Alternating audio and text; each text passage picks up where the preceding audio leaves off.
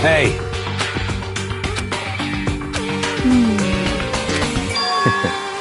What? Stop talking. So then. But...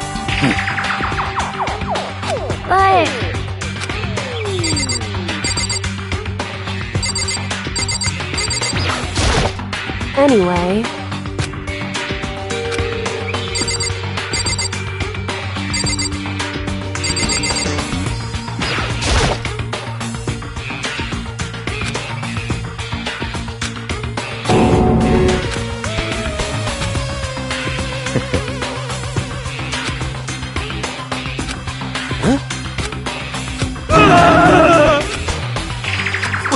What? Let me out of... What's your problem?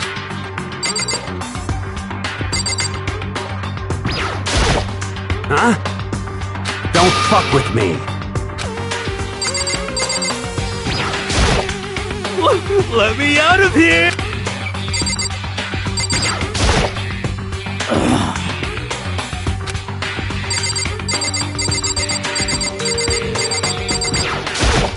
What the heck?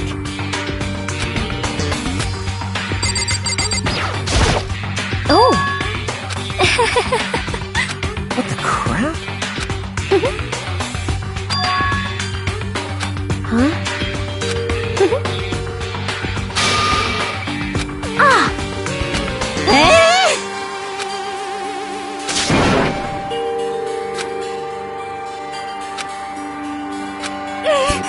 What the heck?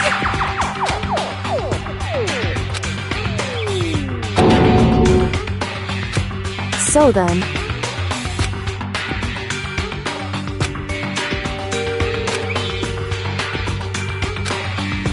So... Actually... Goodbye. Goodbye. Yo. Hey, damn it. You're fucking dead.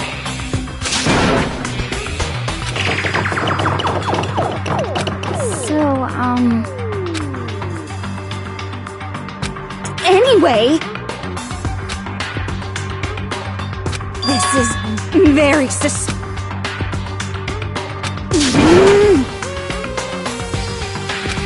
So,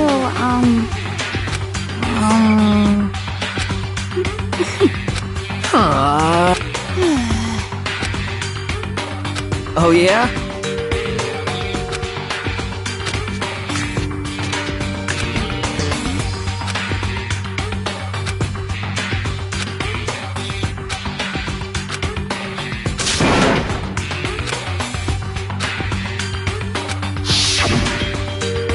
Execution is execution. Electric chair. Zzz, zzz, poison gas.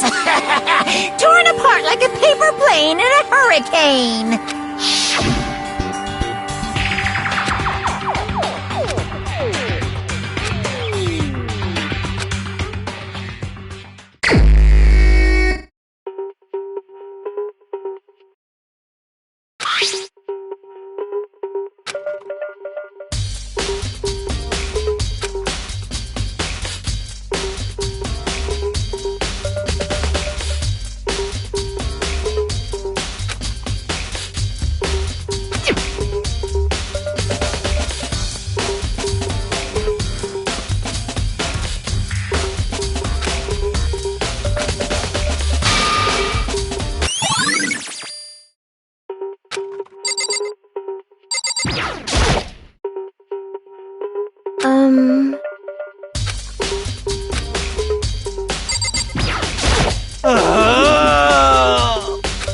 Help me!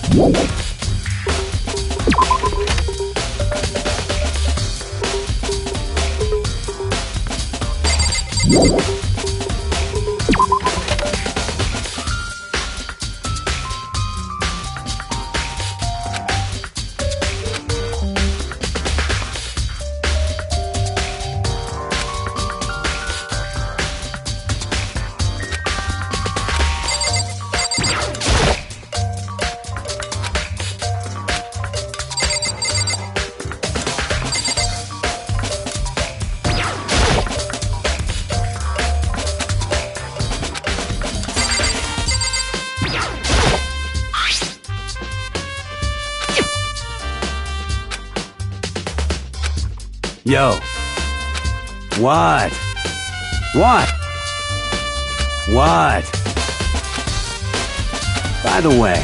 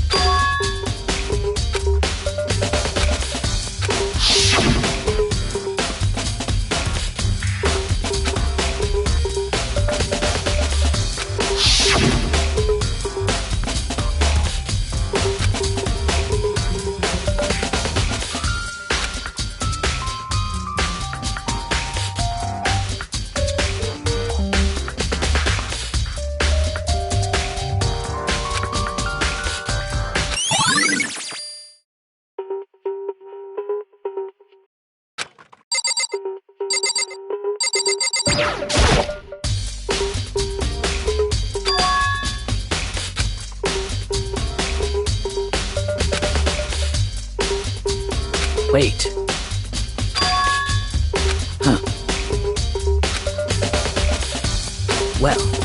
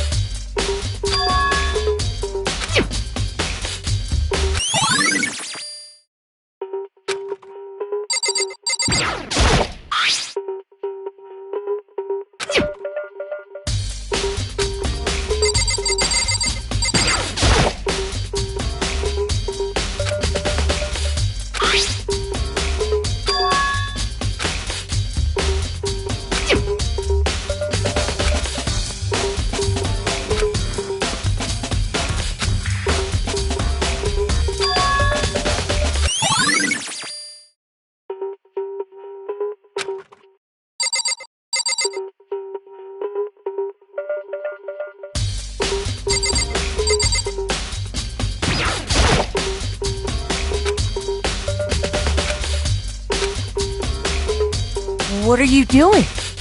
Isn't it obvious? No, not really. I'm searching. Searching? Did you lose a contact or something?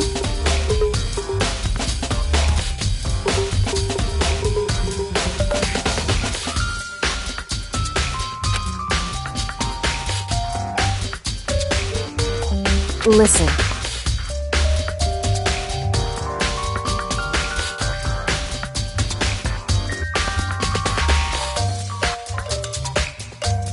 I see. Hey.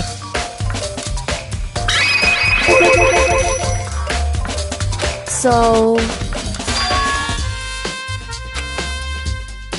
Indeed.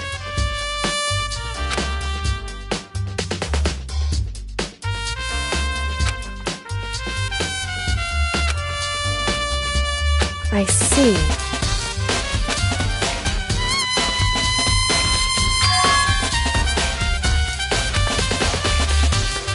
Well?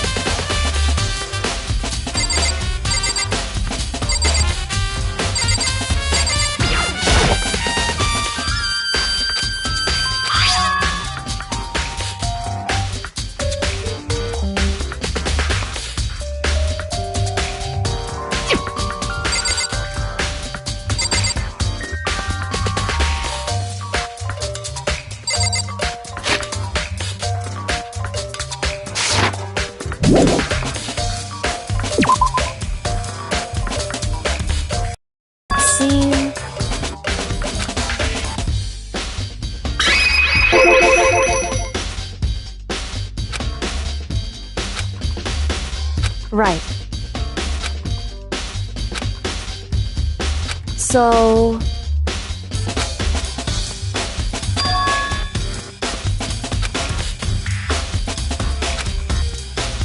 Well... Makoto.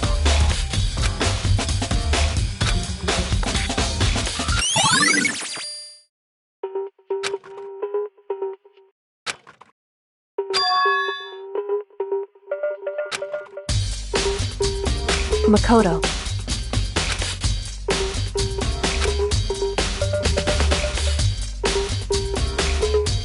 What?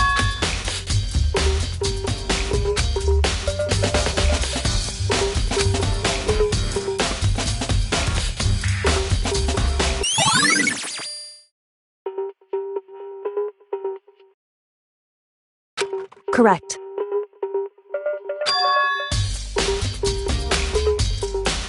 That's right.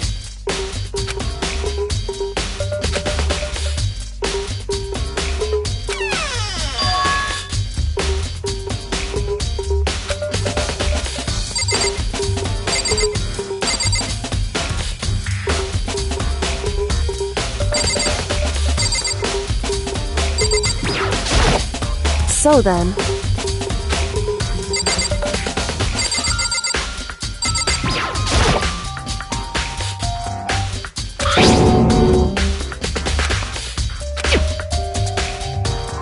It would seem...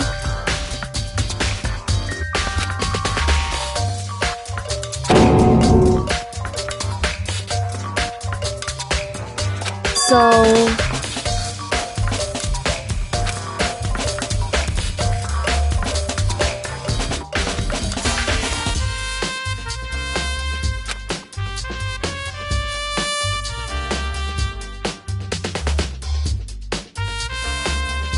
Just a second.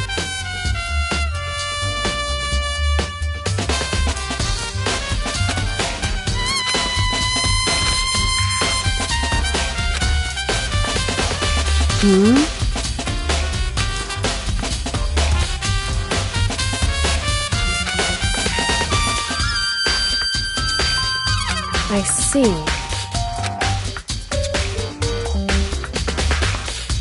Goodbye.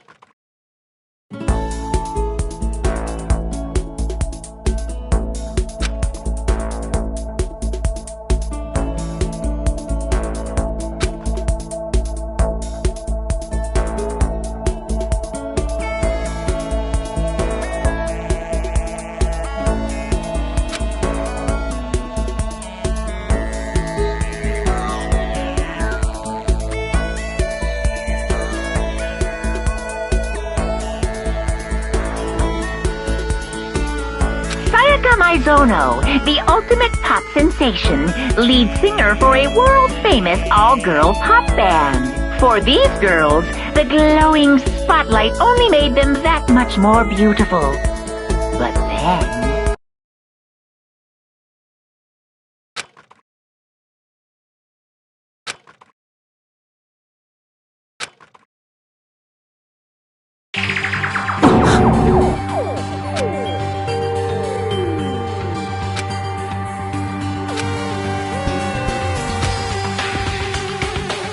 This ultra-successful team suddenly fell apart. None of them will ever perform on stage again. None of them will ever feel the warmth of the spotlight. For Sayaka, there's simply nowhere for her to return to. So here's the billion-dollar question. What, oh what, could have caused the group to go to pieces?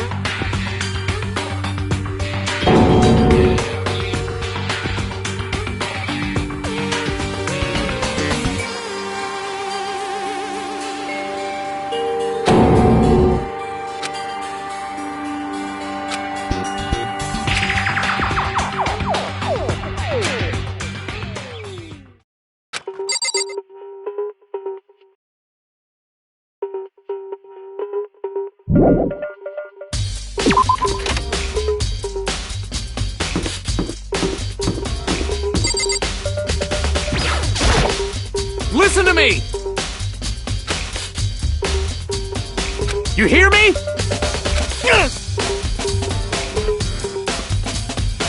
Got it! Ha ha ha ha!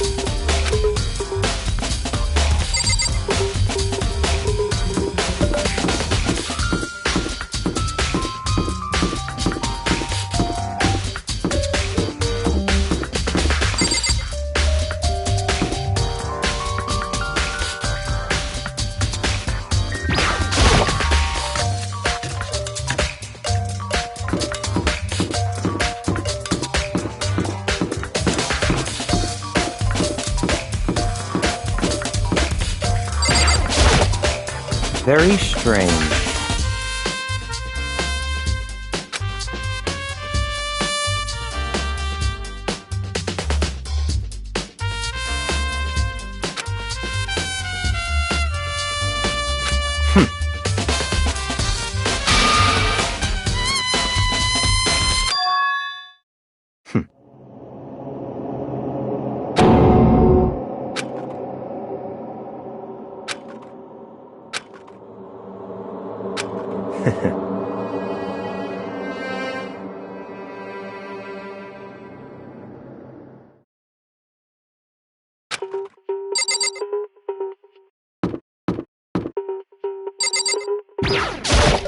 Seems like...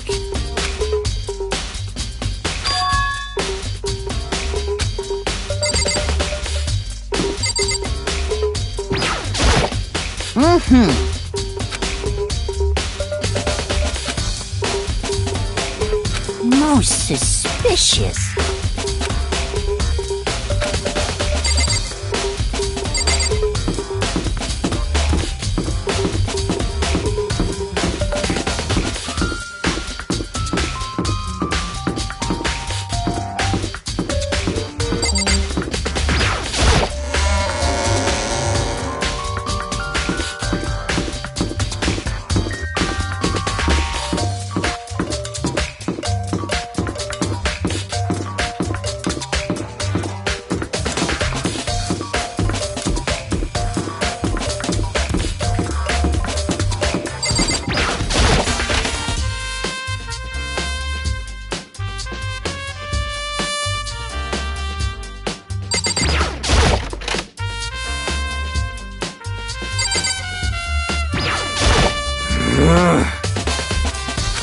Help me!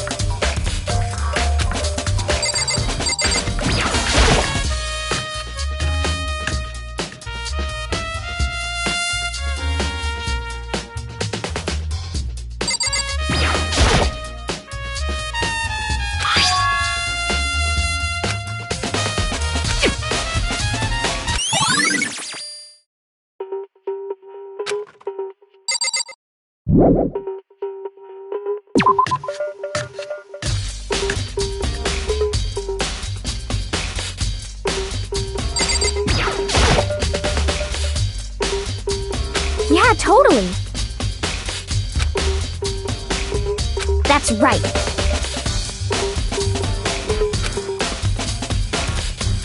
Well...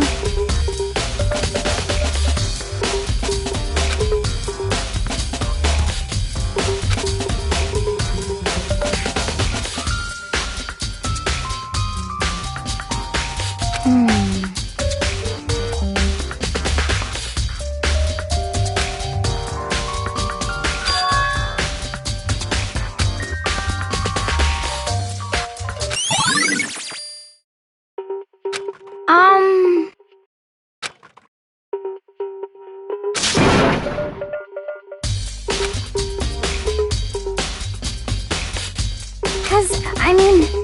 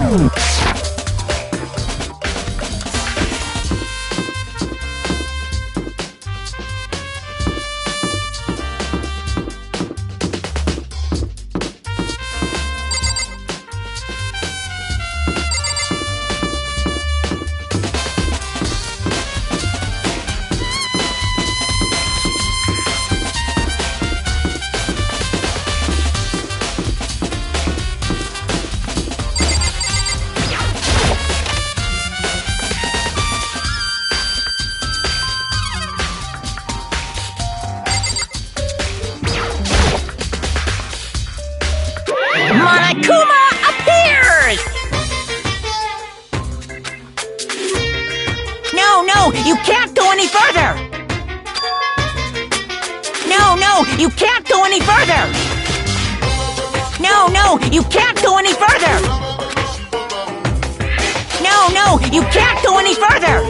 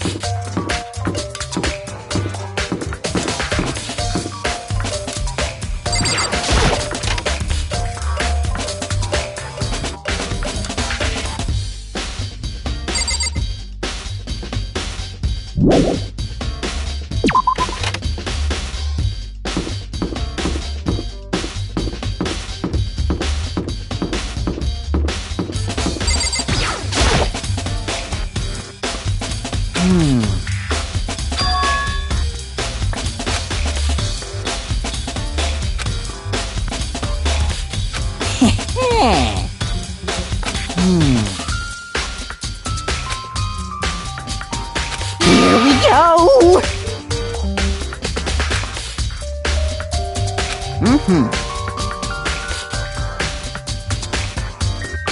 Very strange.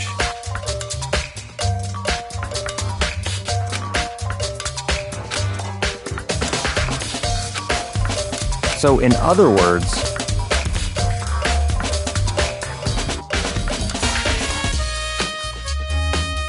so that's it.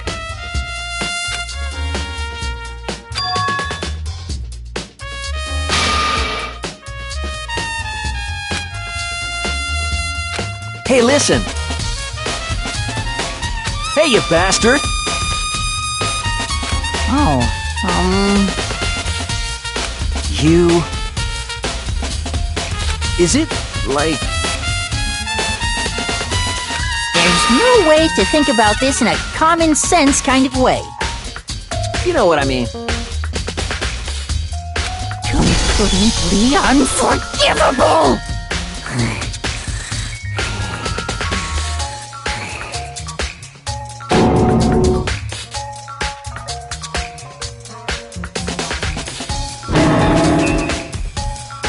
Give me a break.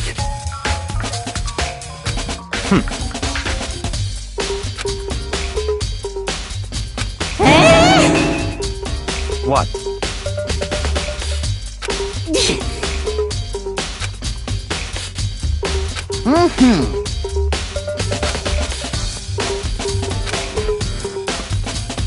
You got it!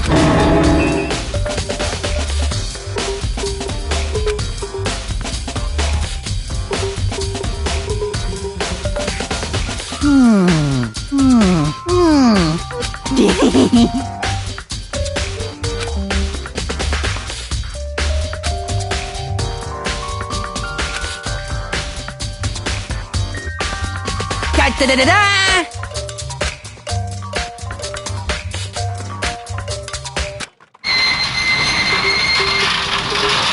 Mr. Naegi!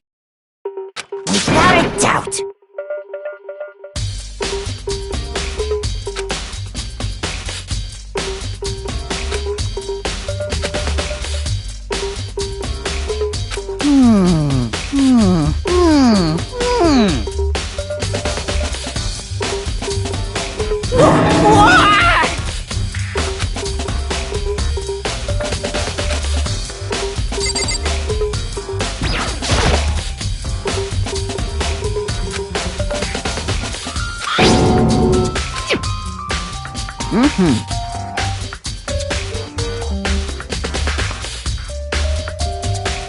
Yes, indeed.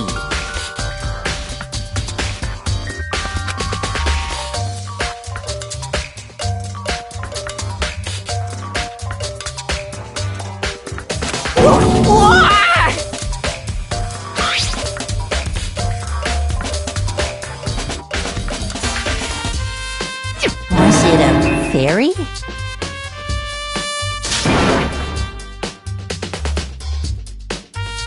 Huh?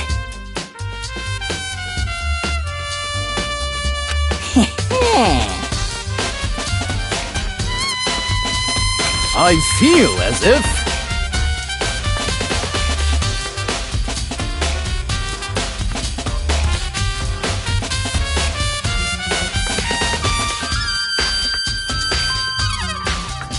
Most suspicious.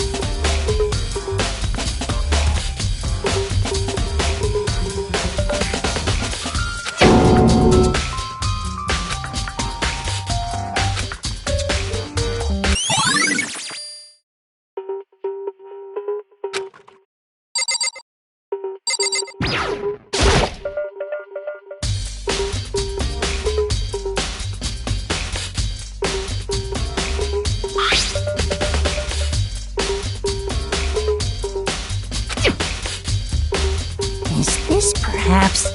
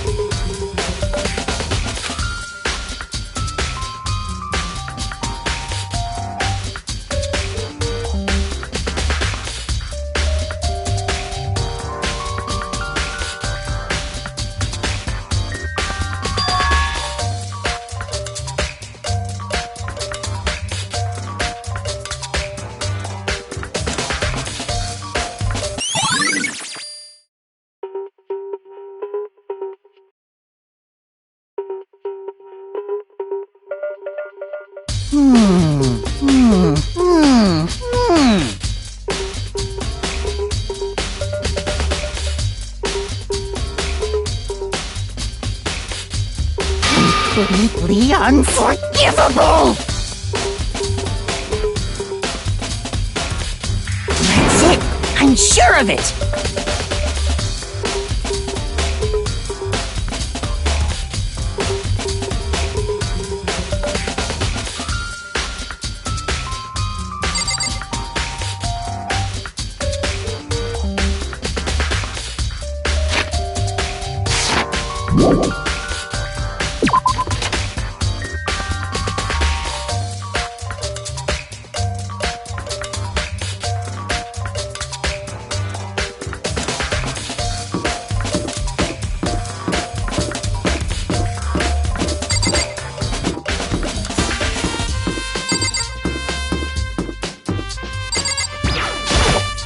Very strange.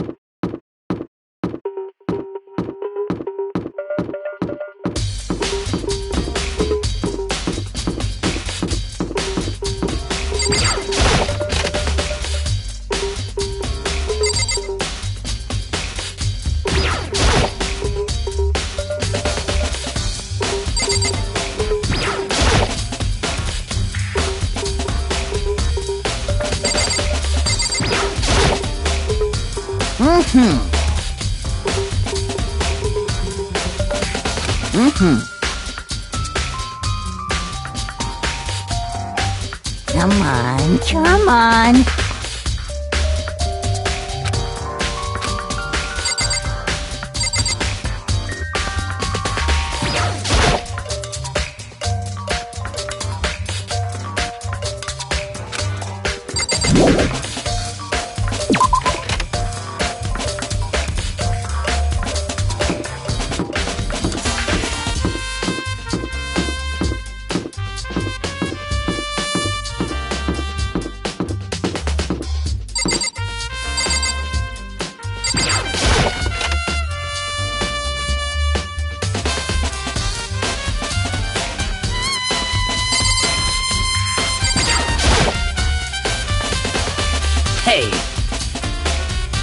By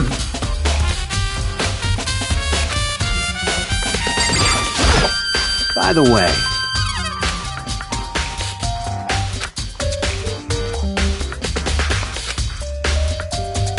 you son of a bitch! Shit. You're fucking dead.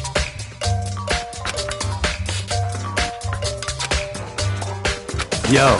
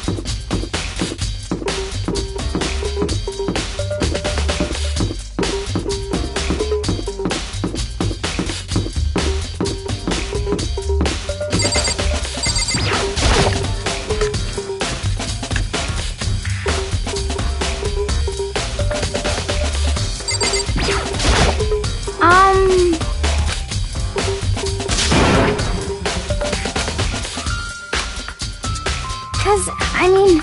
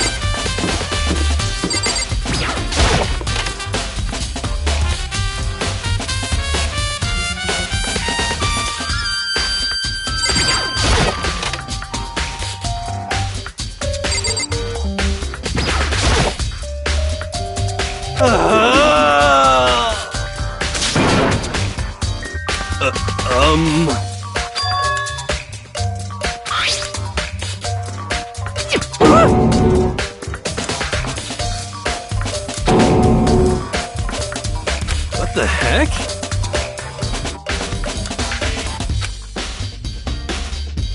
What?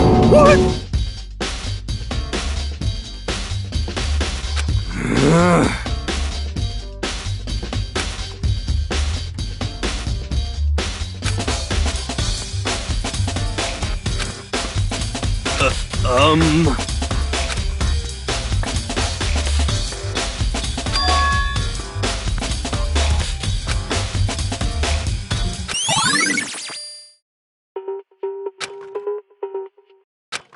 Um...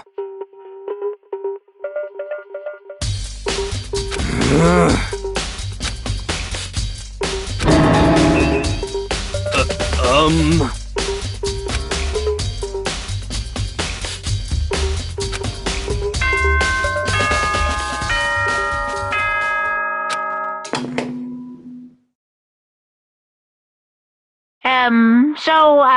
I'm getting tired of waiting. What say we just get started, It's time for the long-awaited class trial! Now then, allow me to appoint a proper location for the proceedings. Please go through the red door on the first floor of the school. See you soon!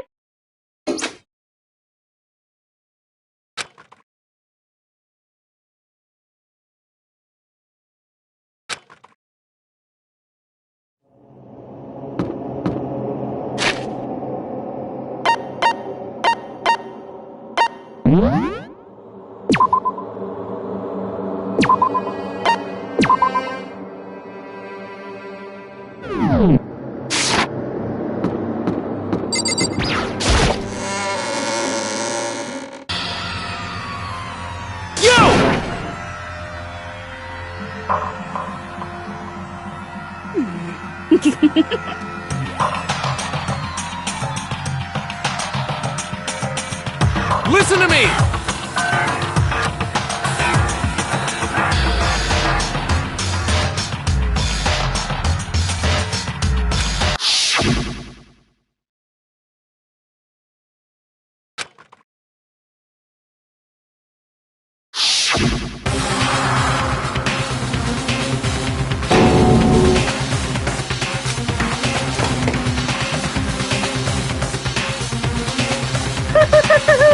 Is everyone here? Okay then, please board the elevator in front of you, which will transport you to the courtroom, where all your fates will be decided. I'll meet you all down there. I'll be waiting.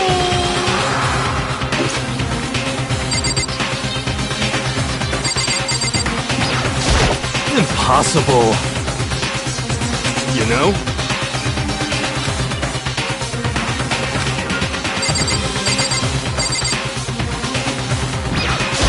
What? What?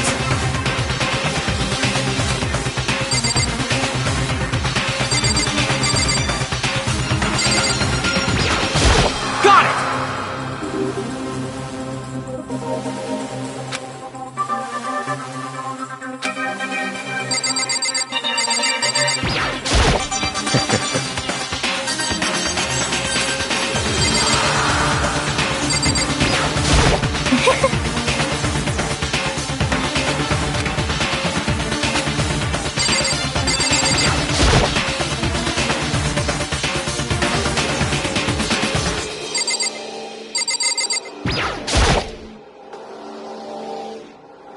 Well then. Yes, indeed. Hey. Makoto.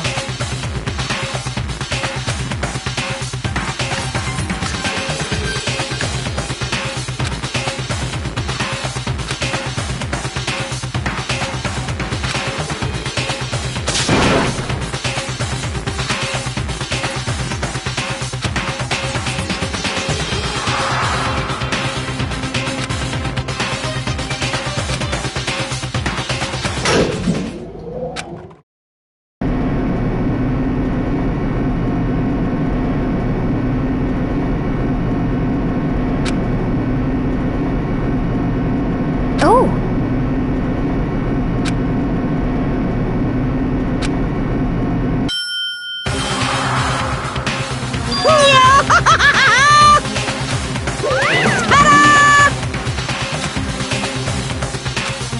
Shit. Well now, Yoo-hoo!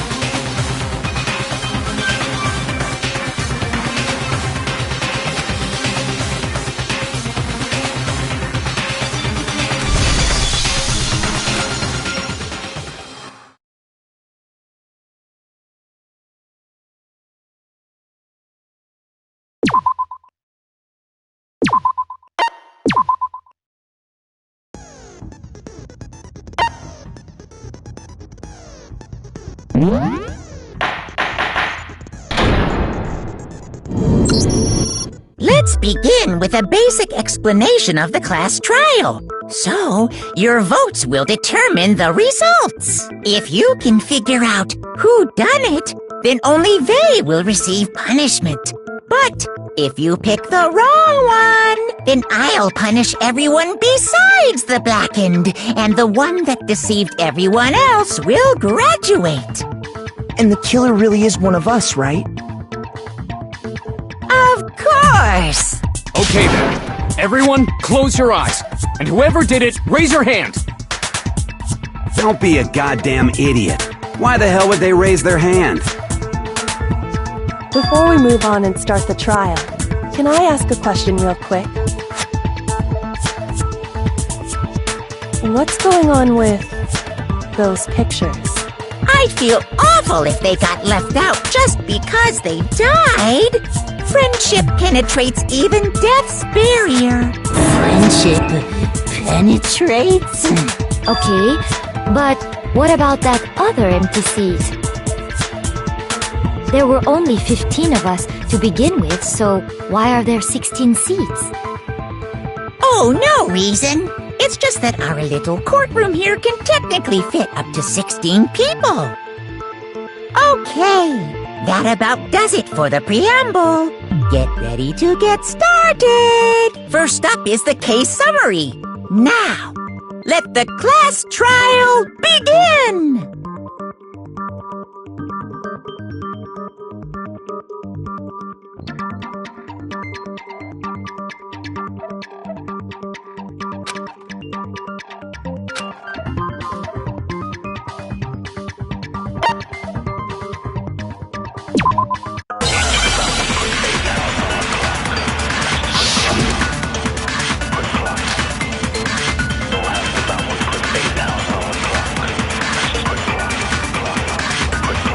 I assert that the one who was murdered was Miss Sayaka Maizono!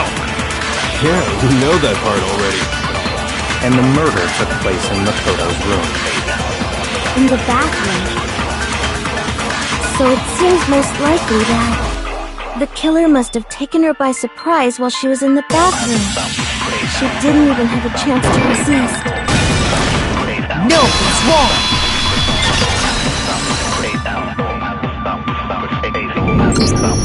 Just a second, Chihiro. Try to remember how my room looked. With the way things had been damaged, I think we can definitely assume there was a struggle. A struggle? Between who and who? Between Sayaka and the killer, of course. So you're saying Sayaka wasn't caught by surprise in the bathroom? She must have been attacked in the main room first. Then, she ran to the bathroom to try and hide. The killer followed her in, and that's where they finished the job. That much should have been obvious after taking one look at the scene. It shouldn't even need explaining. Sorry. Okay, so what's next? Next is the subject of the murder weapon. Wow, this is starting to sound like a real trial.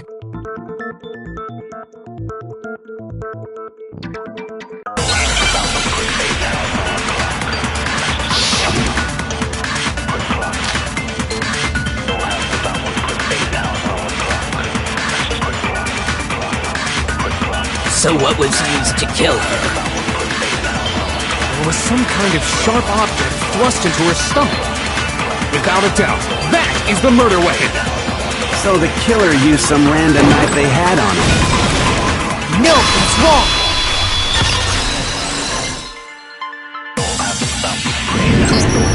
No. I do think it was a knife, but not just any knife. I'm almost positive it was a kitchen knife. Huh? A kitchen knife? After the murder, we discovered that one of the knives from the kitchen was missing. Which means that knife must be the murder weapon. Oh, yeah. I guess that makes sense. You could sort of see the weapon sticking out of her stomach. And if you look real close, I could totally see that being a kitchen knife. Okay, so the murder weapon was a kitchen knife, but where does that get us? I mean, we all know Makoto killed her, right? That's right. Makoto's room was the scene of the crime. What more proof do you need? Hold on a second. Let's draw our conclusions after we presented our arguments. Otherwise, what's the point of the trial? Well, we can talk all we want. It's not going to change that conclusion. I don't think that's true at all. I'm sure if we keep at it, something new will reveal itself. You really believe that?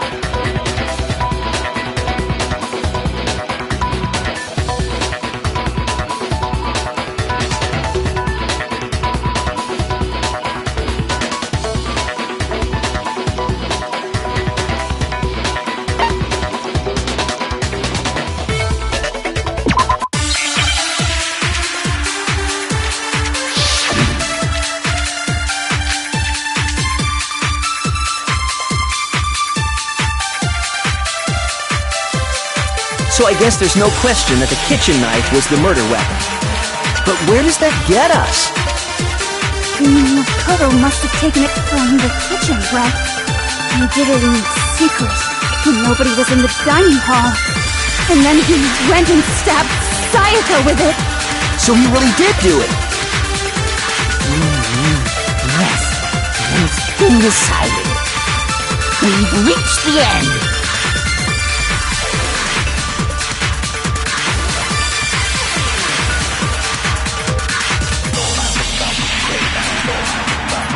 So I guess there's no question that the kitchen knife was the murder weapon. But where does that get us? Makoto must have taken it from the kitchen, right? He did it in secret. No, that's wrong!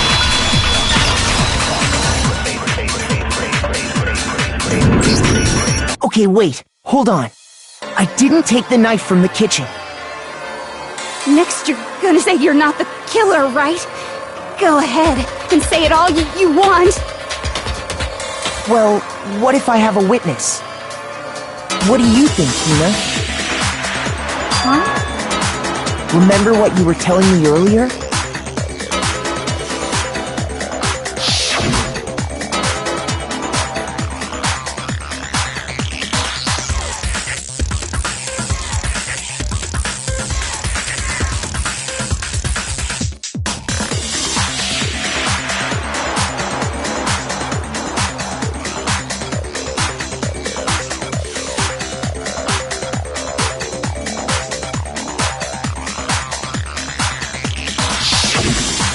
Just to be perfectly clear, the knife disappeared while you were in the dining hall, correct?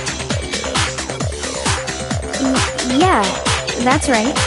And at any point while you were there, did you ever see me come into the dining hall?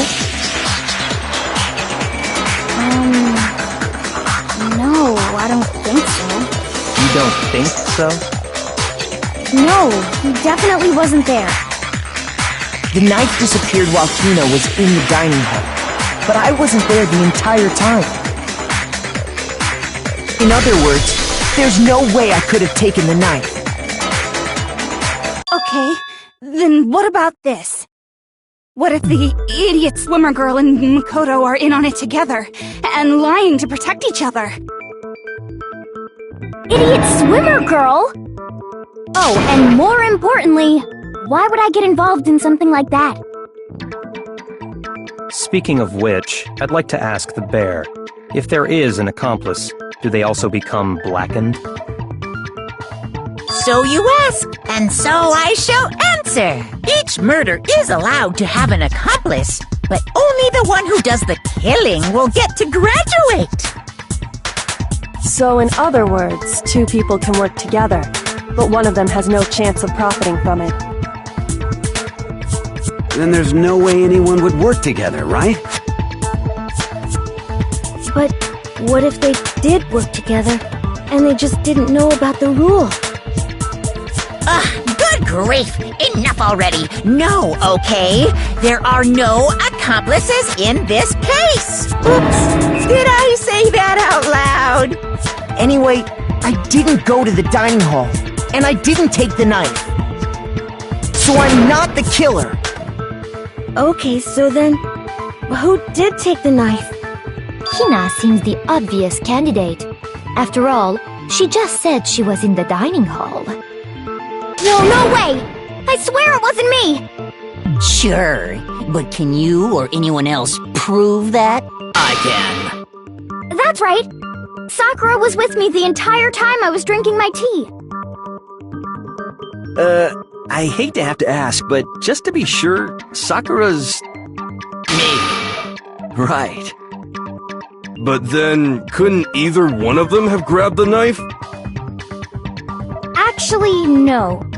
Because, well... Just spit it out already. I stayed in Hina's room last night. I got so scared thanks to those creepy videos. I wasn't really thinking, I just asked her to stay over. Which means we have airtight alibis. You stayed over? Doesn't that violate one of the school regulations? We're not allowed to sleep anywhere but the dorms, but it doesn't say we have to stay in our assigned room. So, I don't think that's a problem. It is a problem! A boy and a girl spending the night together? It's unwholesome! But I'm a girl. You are? Oh my gosh, I'm so sorry! But if it wasn't either of you, then what other possibility is there? Actually, there is one other possibility. Right, Hina? Oh, yeah, that's true! One other person did come to the dining hall while we were there. Why didn't you say so in the first place? Well, because... they're not here anymore. Sayaka. She's the one who came to the dining hall. And then later, she wound up dead.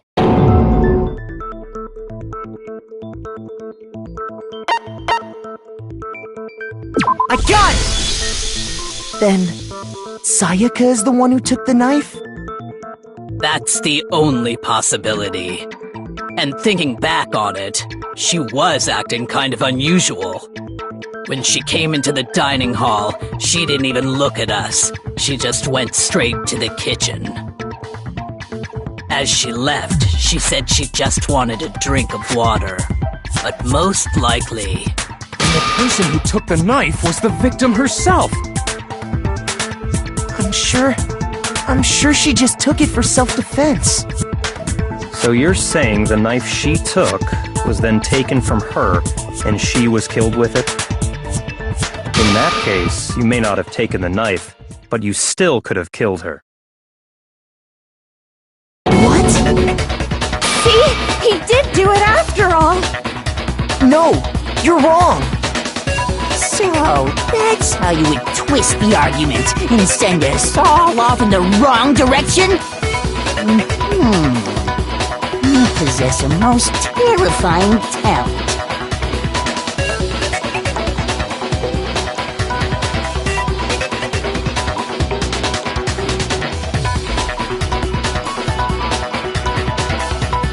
Hold on. It's still too early to decide conclusively that Makoto is the killer, wouldn't you say? Because you see, if the room did belong to the killer, then they did something most bewildering. And until we unravel that little mystery, you simply can't declare that he's the killer. Bewildering? What the hell are you talking about? Something was missing from the scene of the crime that by all rights should have been there. You know what I'm talking about, don't you?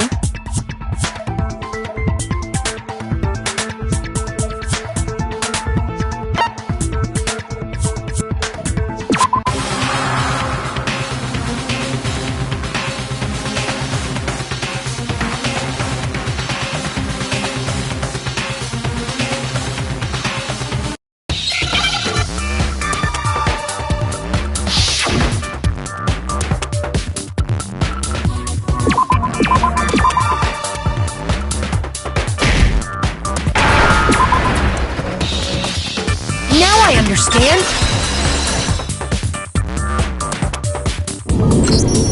That's right. There wasn't a single hair on the floor. So, the culprit removed some evidence? Yes. And if I were the culprit, why would I need to get rid of all the hair in my own room? It wouldn't be unusual at all to find my hair at the crime scene if the crime scene is in my room. The reason all the hair was gone was to remove any trace that Sayaka had ever been there. That makes sense, does it not? No. If that were the case, they would have had to do something about the body itself, not just her hair. Yes, very true, very true. Okay, then why wasn't there any hair on the ground? The killer got rid of it all, of course, to remove any trace that they had ever been there. Wait, then that means... Precisely. It's simply beyond reason to believe that the room's owner and the killer are one and the same. Then, Makoto isn't the culprit? Are you sure we can decide something so important based solely on the absence of some hair? No. There are other reasons that prove why Makoto couldn't have done it. I would like to hear these reasons. Do you remember anything remarkable about the bathroom at the scene? Sayaka was attacked in the main room first, then fled into the bathroom, right? Yeah, then they ran after her, got into the bathroom, and stabbed her. And how did the killer get into the bathroom? Did they have any trouble with it? What do you mean? It's fairly certain that the killer had some trouble getting into the bathroom. There was clear evidence left behind. Do you remember, Makoto?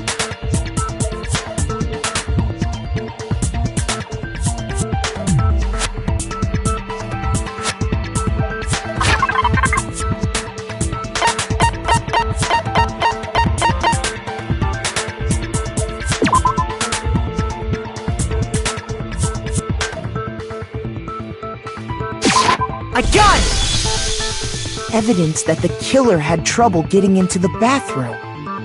You're talking about the doorknob, right? Huh?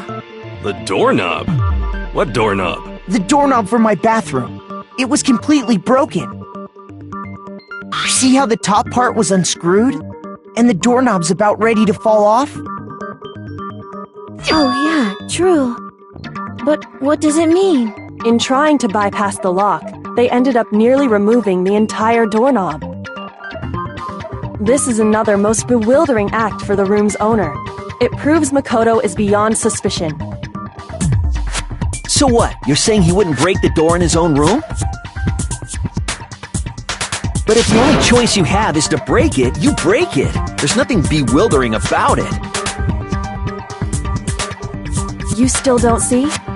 Okay then. Let's take another look at how the incident unfolded. Hopefully that will help you understand.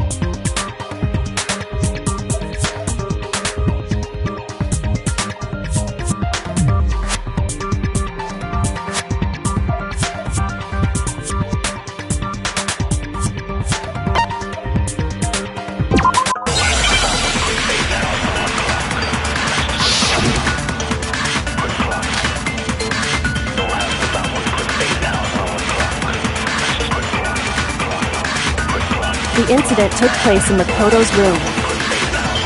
Sayaka was first attacked in the main room. She then fled into the bathroom. Then the killer ran after her. And they got into the bathroom.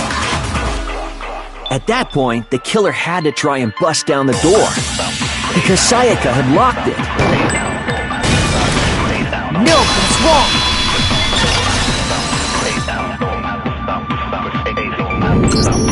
The reason my bathroom didn't open wasn't because it was locked.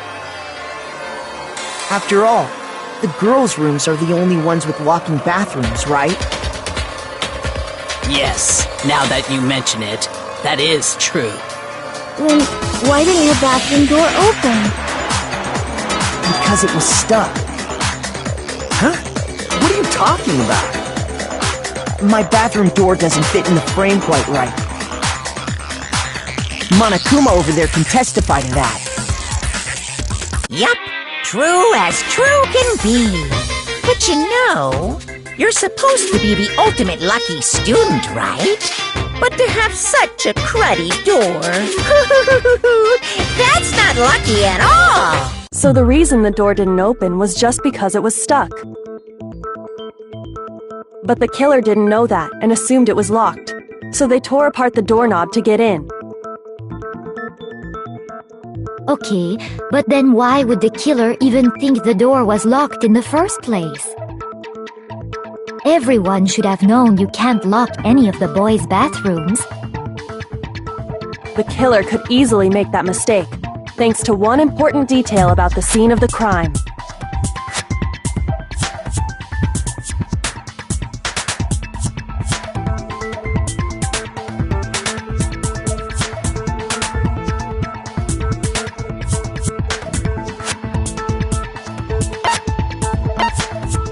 I got it!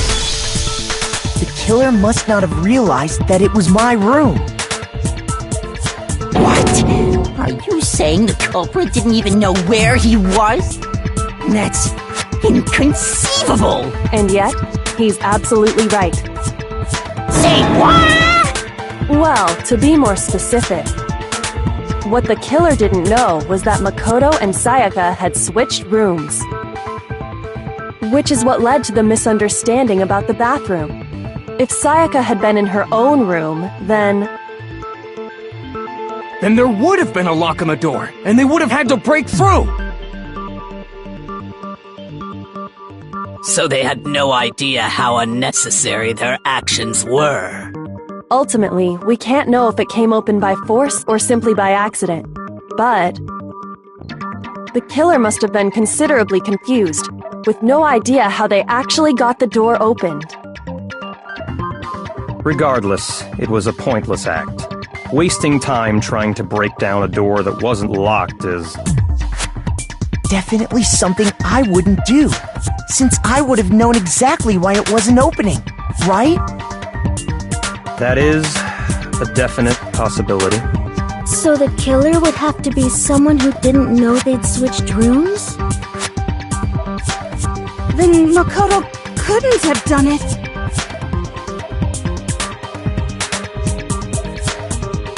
Okay, then who did do it? I'm sorry, but I give up! Quit without saving! But what happens if we can't decide on who we think did it? Well, why don't we just vote right now? Majority rules! Majority rules? Do you really think that's a good idea? Yeah, our necks are on the line here. Someone seriously needs to do something. For serious. Does no one have any other thoughts or questions? It does not matter how trivial they may seem. Oh, as a matter of fact, I do have one question. Oh, you... You don't gotta sound so disappointed. It's fine, it's fine. Just ask your question. Oh yeah. Okay, so, well, I was just wondering, how did the culprit get into Makoto's room in the first place? Yes. How did the killer get inside? Maybe Sayaka just dropped the key somewhere and the culprit picked it up. That's possible, right? I don't think so. That seems way too convenient. Then maybe someone picked the lock? Negative! If you remember, Monokuma made it quite clear that the locks are all unpickable. Fine. How about this? The killer got in the easy way. They could have knocked and said they wanted to talk or something, and Ms. Maizono just let him in. No, that can't be it either. Oh, trying to argue against me? Sounds like someone doesn't know his place. Hello? Why exactly can't that be it?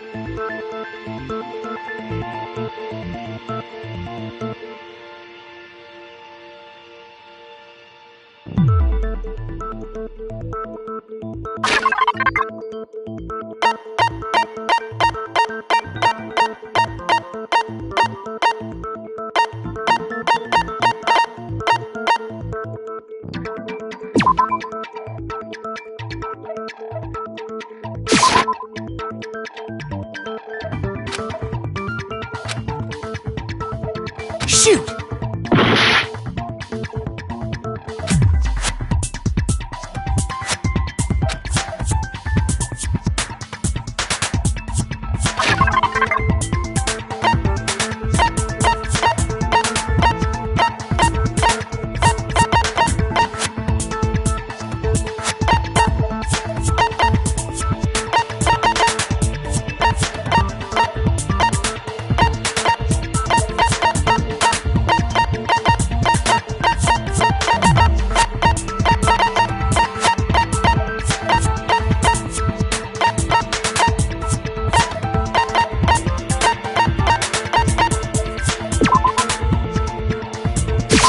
I got it!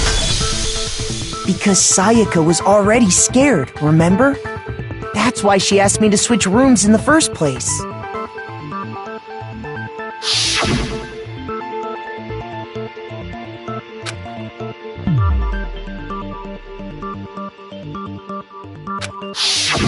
No, I just can't believe she would have opened the door for anyone.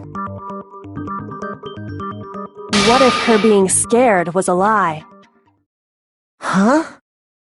Well, what the hell is that supposed to mean? Why would she lie about something like that? I know you don't want to consider it, but look at this and tell me. Can you still deny the possibility?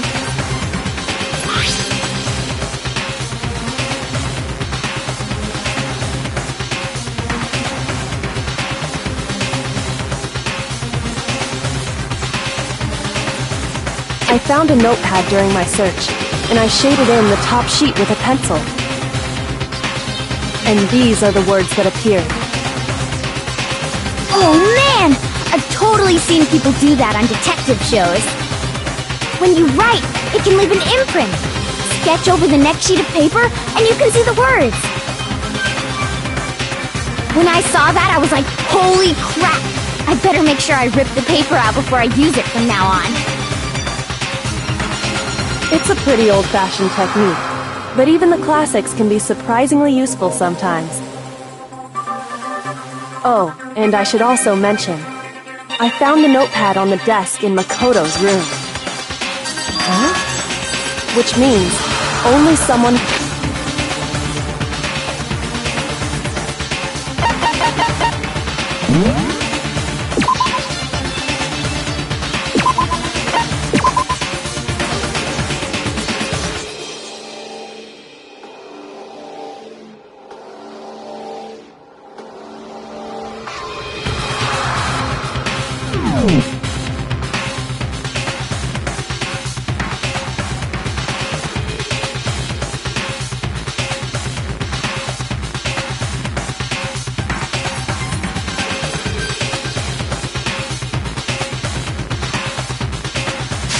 who had been in Makoto's room before the incident could have written it. Then either it was Makoto who lived there, or Sayaka who switched rooms for a single night. So, Makoto, did you write this? No, I didn't. But of course you didn't, because the note also bears a perfectly legible signature. Sayaka's signature.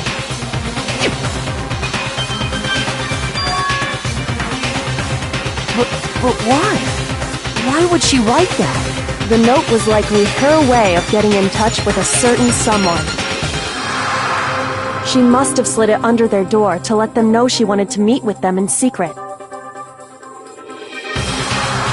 If you got an invitation like that from the ultimate pop sensation, what young man could resist? Of course, I'm only into 2D, so it wouldn't have any effect on me. But can we be sure anyone even got this note? And honestly, even if they did, I do not think they are at all involved in what happened. Huh? What makes you say that? Would you like to hear what I have to say?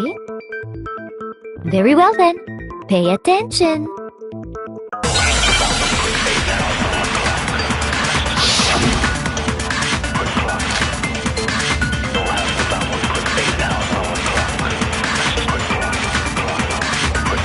Sayaka and Makoto switched rooms, correct?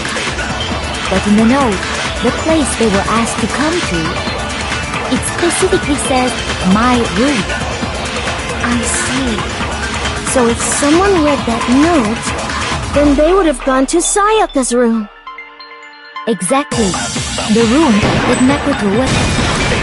No, that's wrong!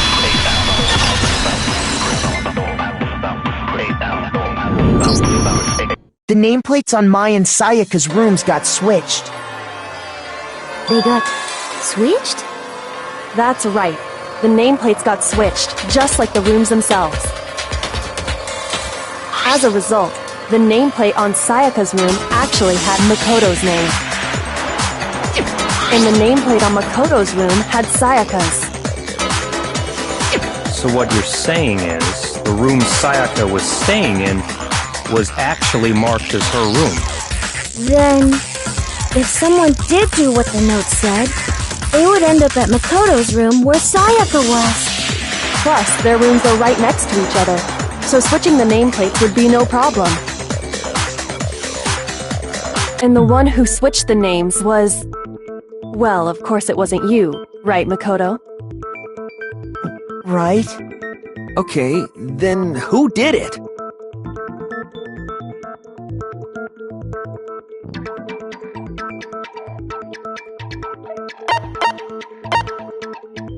I got it! Me and Sayaka were the only ones who ever knew about us switching rooms.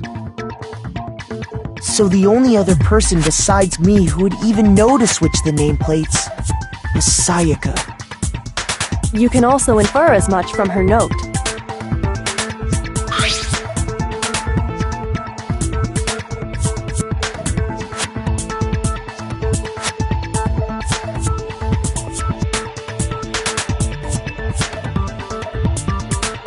She specifically tells the reader to check the nameplate. She would only have written that if she knew the nameplates had been switched. But why would she switch them in the first place? She wanted someone to come to the room she was in, and also hide the fact that it was Makoto's room.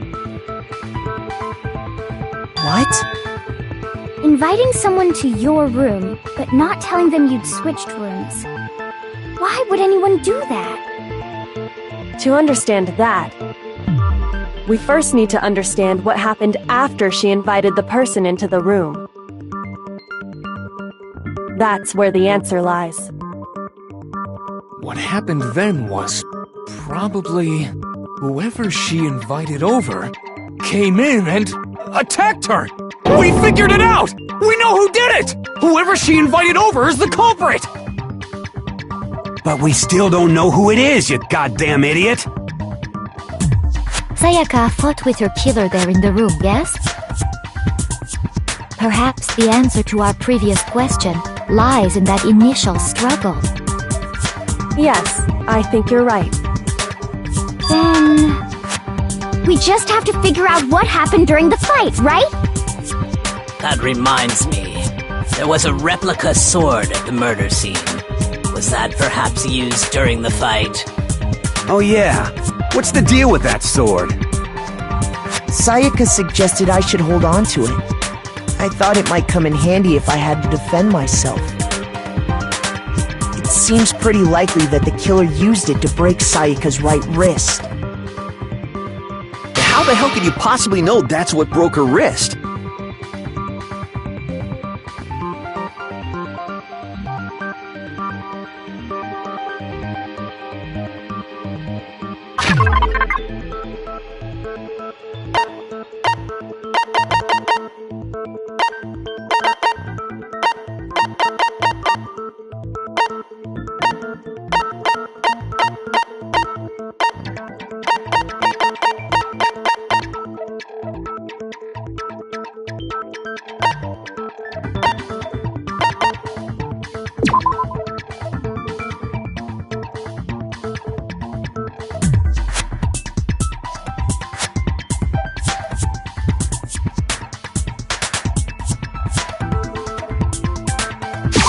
I got it! All you have to do is take a good look at her broken wrist, and it should become pretty clear. Right there where her wrist is all swollen, there's something glittery there. See? Is that gold? It sure is. Specifically, the gold coating from the replica sword. You barely have to touch that stuff, and it'll stick right to you. And there's some on her wrist because... I got it! Because she got hit with the sword, right there on her wrist! I see. And so the truth draws ever closer. Alright, then it's about time to solve this mystery.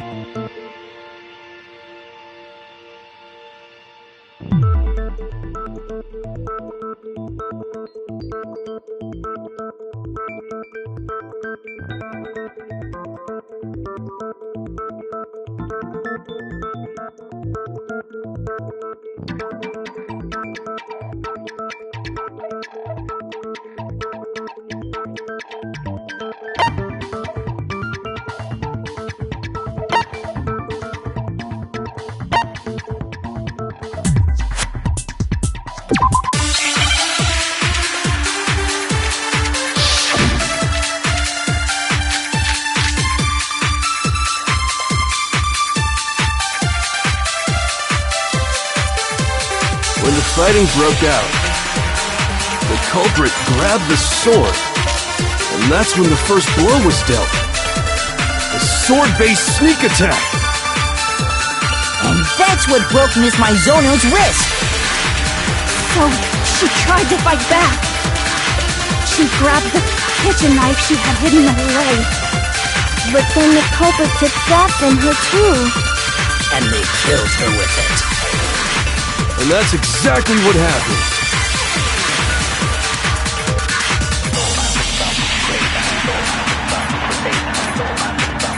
When the fighting broke out, the culprit grabbed the sword, and that's when the first blow was dealt. A sword-based sneak attack! No, that's wrong!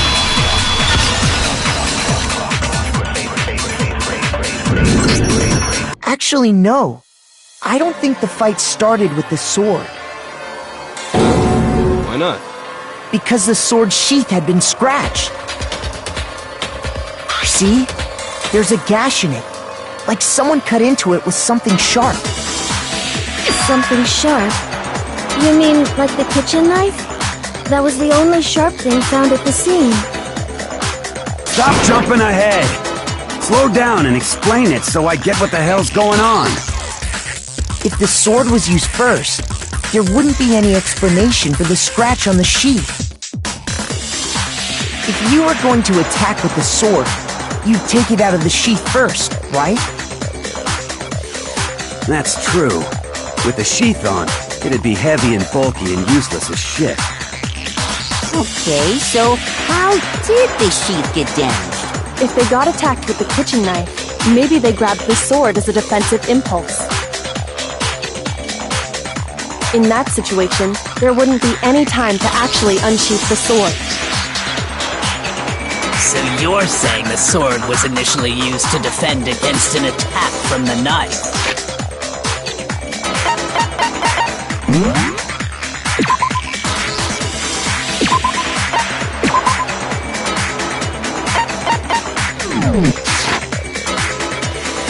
Which means whoever had the kitchen knife was the one who attacked first. I think I get it! So here's how it all played out. The culprit came in, found the kitchen knife hidden there somewhere. Then they took the knife and attacked Sayaka before she knew what was happening. So she grabbed the sword to defend herself, but then the culprit took that from her too. Then, after they broke her wrist with the sword, they took the knife and finished it. Sorry, but I don't think Sayaka used the sword to defend herself. What? How the hell can you not think that? Because she never held the sword at all. There's a certain part of her body that makes this clear.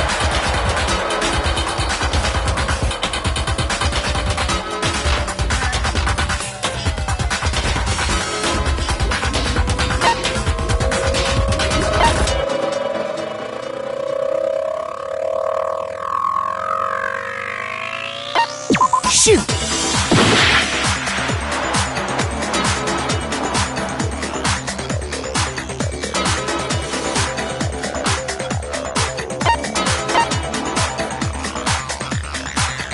I got it! You're talking about her palms, right? The palms of her hands were perfectly clean, so I don't think she ever picked up the sword. How can you know that just by looking at her palms? Like I said before, the gold coating on that sword comes right off. All you have to do is touch it. In fact, if you look, you'll notice that a lot of the gold has already come off the handle. It's safe to assume that's because whoever used the sword got some of it on their hands. There's really no way she could have picked it up and come away completely clean. Maybe she washed her hands after she escaped into the bathroom. Sorry, but I don't think so. Why do you say that? Is it because you think I'm ugly? No, that's not it at all.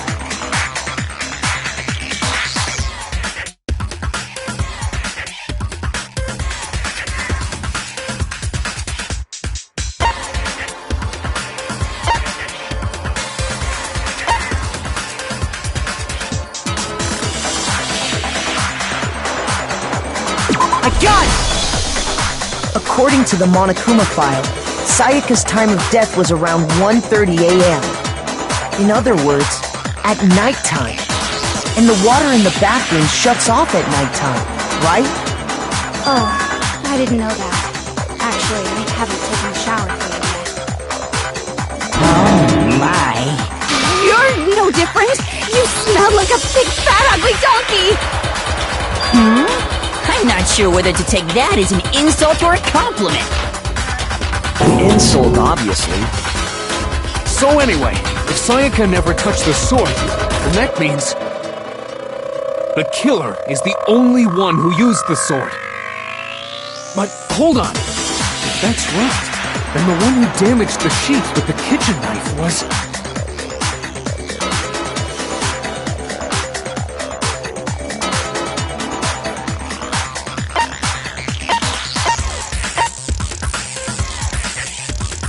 I got it! Sayaka? She had the kitchen knife? But we already said that the attack started with... The person with the knife attacked first, and the sword was used as an impromptu defense. Then the one who attacked first was... Sayaka? Now do you understand? She wasn't a blameless victim in this. No, far from it. It's almost as if she'd been planning to commit a murder of her own. She took the knife from the kitchen, then invited the culprit to the room she was staying in. And if it's true that she had the kitchen knife and attacked without provocation... Indeed. These are all the actions of an assailant. Which brings up another point. Makoto, Sayaka was the one who suggested you two switch rooms, correct? Maybe the reason she wanted to switch rooms was so that she could pin the crime on you. That is a possibility, is it not? Sayaka wanted to... on me? That would also explain why she would switch the nameplates. She wanted to get whoever she had targeted to come to Makoto's room where she was staying. And by committing the murder there, instead of her room, that would implicate Makoto. But for that to work, the target had to be lured out while still keeping the room swap a secret. If the target knew she had switched rooms, they would have become suspicious right away. So all that's why she switched the names? But doesn't that plan seem a little risky? For one thing, even if her plan worked, Mr. Naegi would just tell everyone they'd switched rooms. I don't know.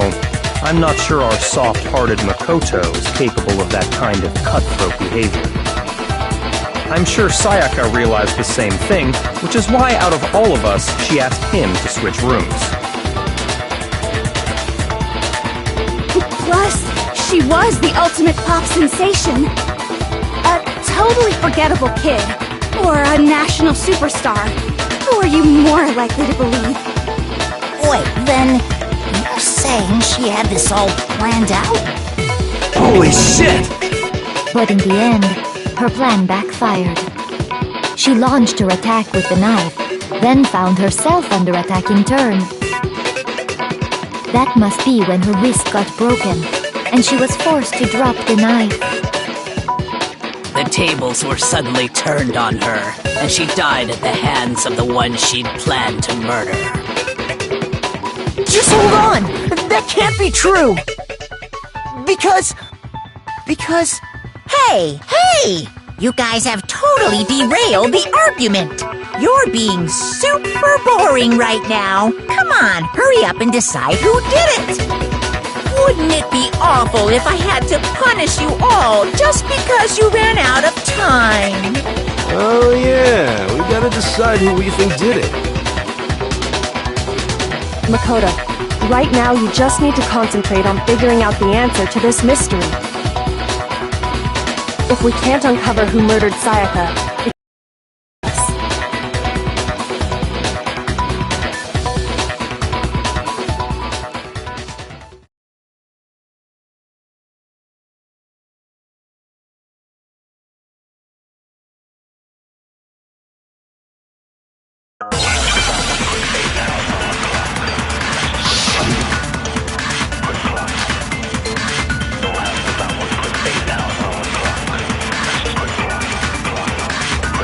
It's easy just to say, hey, decide who did it.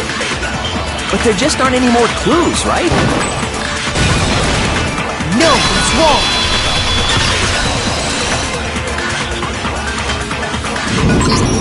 There still might be one clue left. Sayaka's dying message. Dining, wait, what did you say? the dying message. She wrote something on the wall behind her, remember? 11037, written in her own blood. There must be a clue about the killer hidden in there. Well, before we get too far into that, I need to ask, can we really be sure that Sayaka is the one who wrote it?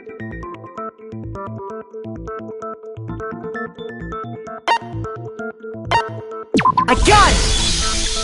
Her left index finger had blood on it. That could only be because she used that finger to write the message. I see. She broke her right wrist during the fight, so she'd have to use her left hand to write. Sure, I think we can all agree Sayaka wrote it. But still, what the heck do those numbers mean? 11037? Hey, Chihiro. You're a computer nerd or whatever, right? You should know all about numbers and shit. No, that's not... Yes, I'm a programmer, but I don't see any kind of meaning in these numbers. Of course. It's because they're not numbers. Oh, yeah, it looks like... Huh? What? No, it's just... look at the numbers, assuming they're not numbers. Don't these first two, 1-1, look less like two numbers and more like one letter? Ah, you're right. The connecting line is barely there, so I assumed it was 1-1, but looking at it now, you could also read it as an N. Whoa, you might have finally just said something worth a shit. Our little gray cells are really getting excited now. But even if that really is an N, N037, doesn't make any more sense than before.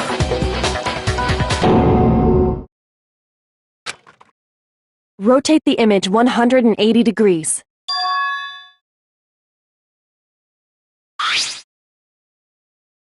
Oh my god. Now I see. She wrote down the killer's name. Huh? You just shot past the clue part and right on to who did it. So, whose name did she write?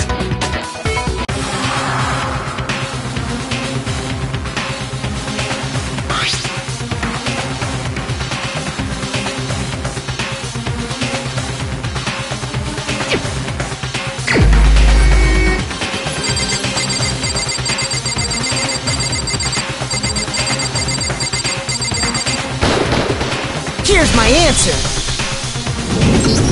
The key to solving this mystery was simply to rotate the writing 180 degrees. If you turn the message around, it becomes the letters L-E-O-N. L-E-O-N. Or more accurately, Leon. What the hell are you talking about? It's just a coincidence. It's just a bunch of random squiggles that happen to look like my name. No, it's not random at all. She wrote that message on the wall behind her as she was leaning up against it. In that position, she couldn't move to write normally, and had to write upside down, as it were. And as a result, when you look at it standing in front of her, it ends up getting flipped. Try it for yourself if you want.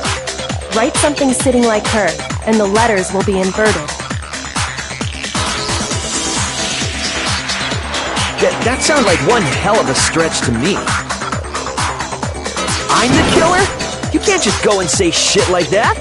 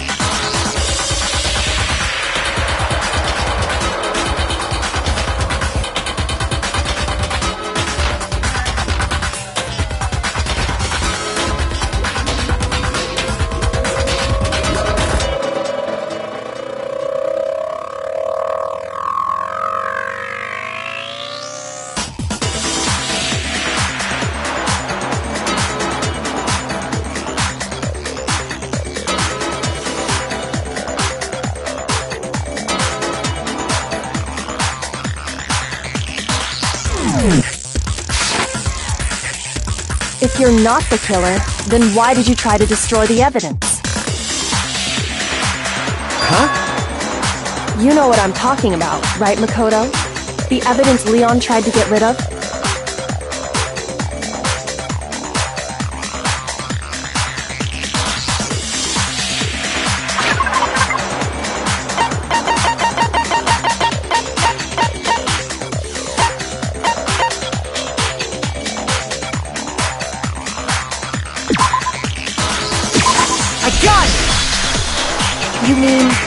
burnt shirt piece I found laying on the ground by the incinerator, right?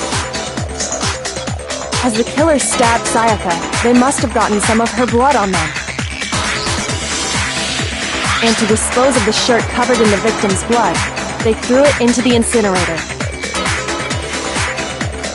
But one piece burned off and got left behind. And the killer didn't notice. If they had, they most certainly would have panicked. Isn't that right, Leon? But is one scrap of fabric enough to conclude that Leon is guilty? Yeah, I mean, Leon's not the only one wearing a white button-up. That's right! There are plenty of other people here with shirts like mine. With just that one little charred piece, there's no way you can say for sure who it belongs to. You're right. That alone isn't enough. But there are some other points that may reveal the truth. Are you finally starting to understand?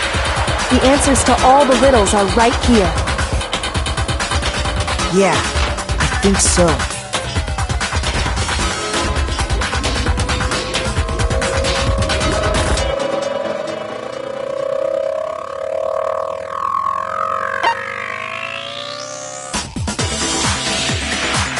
I got it! If you look closely at how the shirt was disposed of, we should be able to figure out who the killer is. Oh yeah, that's a good point.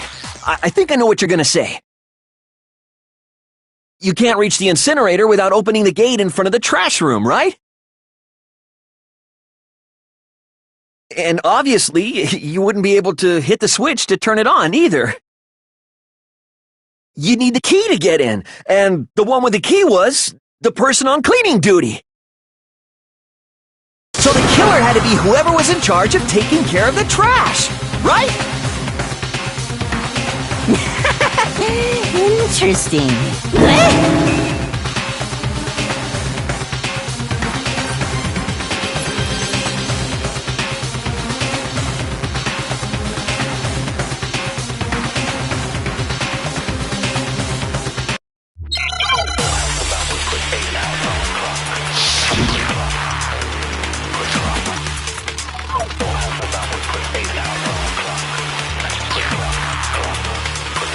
The key to the trash room.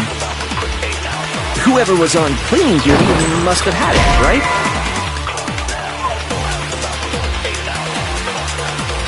Shoot!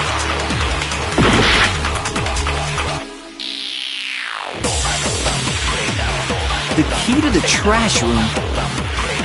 Whoever was on cleaning duty must have had it, right?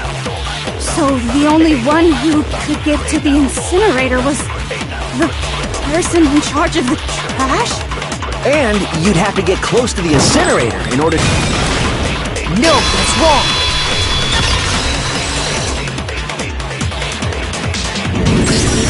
Hold on. I think I know how someone could dispose of the evidence without using the trash room key. But if you can't get past the gate, you couldn't possibly turn on the incinerator, could you? Yes, you could. If you used this. What is it, some kind of glass ball? It's busted to hell. Actually, it was supposed to be a crystal ball, but, But how would you use it?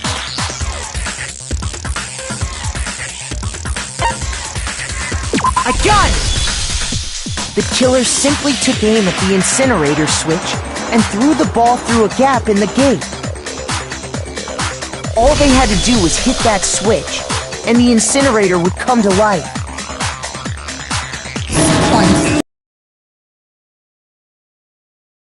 Remember what you said?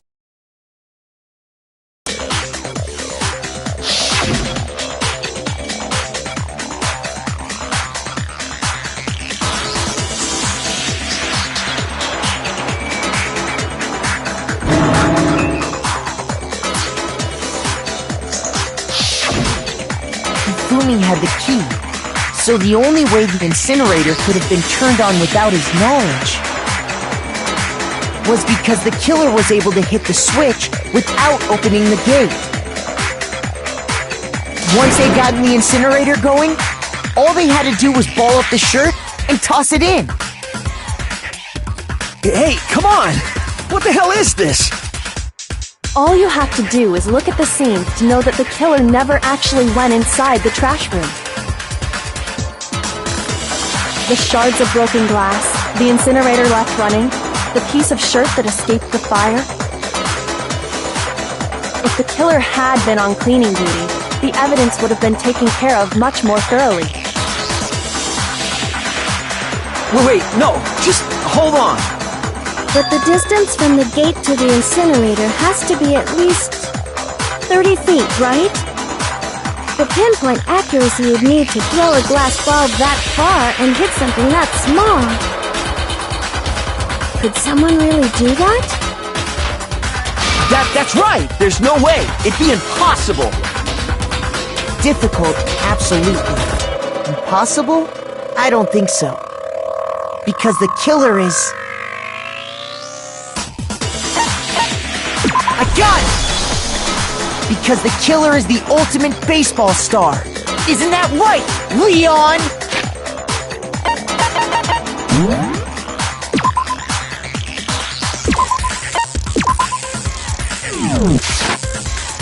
Do you have any idea how stupid you sound right now? A target 30 feet away would surely be little challenge for the ultimate baseball star. You can't be serious. I'm not the killer! These goddamn shipper brains have got it all wrong, I'm telling you! You still won't admit it? Okay then. Makoto, go ahead and review the incident one more time to make his crime perfectly clear. And with that, we can end this. Listen to me! What the hell do you mean, end this? Say what you want, Leon. But all the questions have been answered, and the truth has been revealed. Now here's what happened.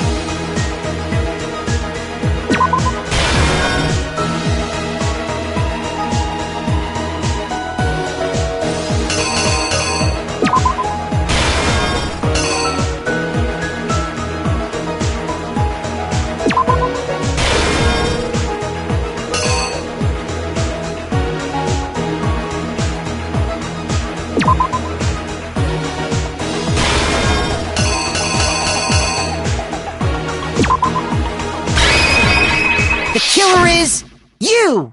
I think I'd better take one more look back at the case from the beginning.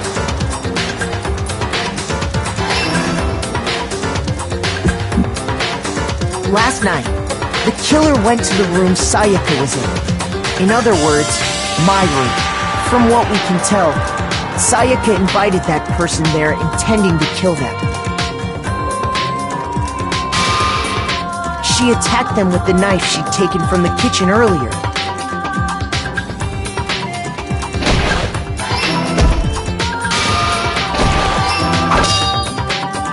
But then something happened that she wasn't prepared for. They grabbed the fake sword I put in my room and fought back.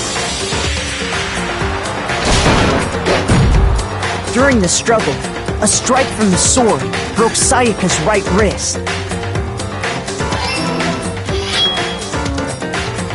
And that's when she lost her grip on the kitchen knife. Finding herself cornered, Sayaka panicked and ran into the bathroom. The killer went after her, but couldn't get the bathroom door open. What they didn't know was that my bathroom door got stuck easily, and there was a trick to opening it. Sayaka knew about that because I told her, but of course the killer had no way of knowing.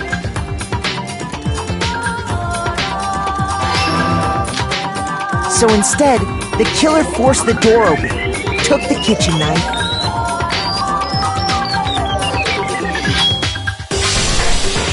and stabbed Sayaka.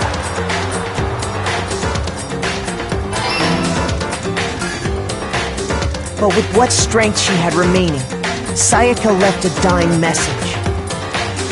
To keep the killer from noticing, she wrote it on the wall behind her.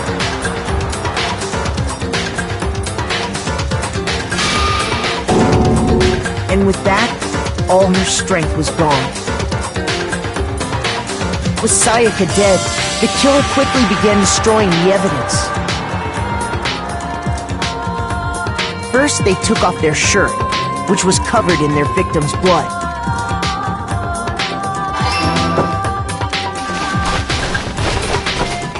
Then they took the lint roller in my room and cleaned up the entire area. They wanted to make sure they got rid of any trace they'd ever been there.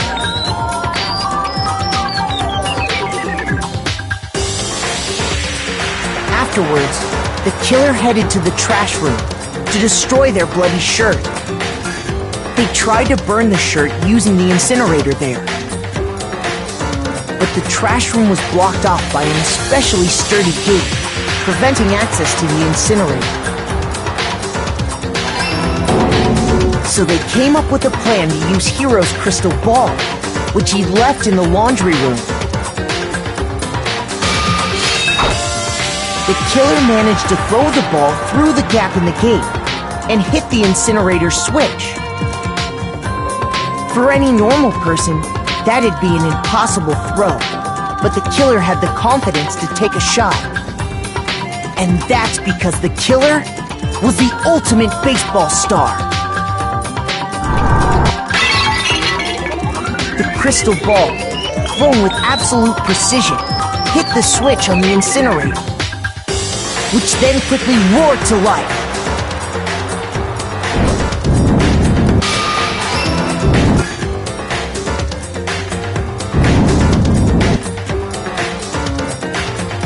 Having destroyed the final piece of evidence, they left the area with, I imagine, a sigh of relief.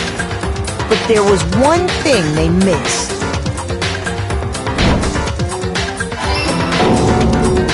Part of the shirt they'd thrown into the fire burnt away and fell out of the incinerator. The killer didn't notice this, and so left behind a piece of indisputable evidence.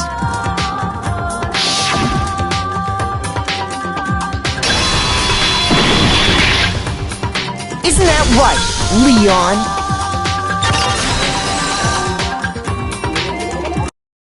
It would appear that Hiro simply...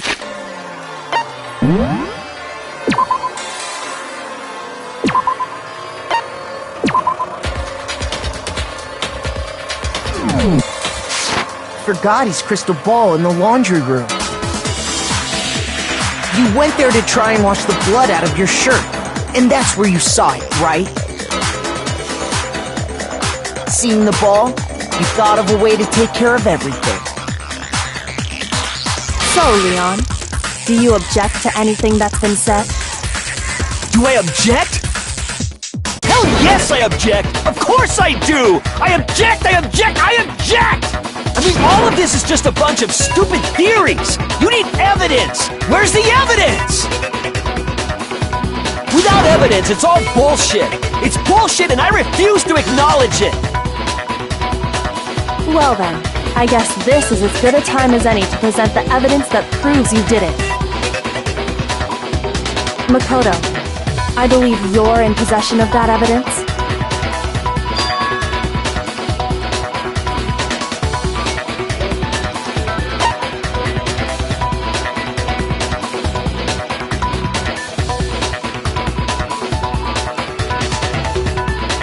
When the killer removed the screws from the doorknob, they didn't use anything from your room to do it. Instead, they must have used something that belonged to them.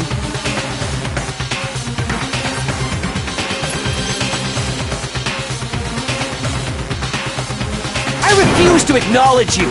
You're stupid! Stupid, stupid, stupid! Stupid, stupid, stupid, stupid, stupid, stupid, stupid!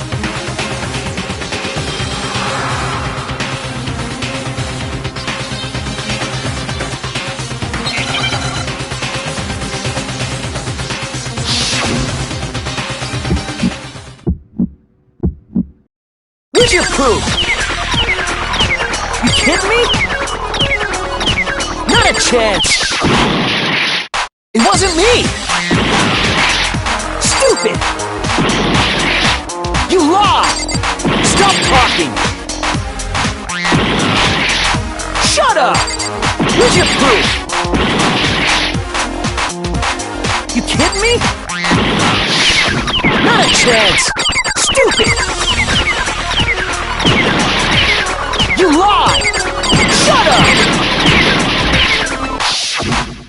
Where's your proof? You kidding me? Not a chance!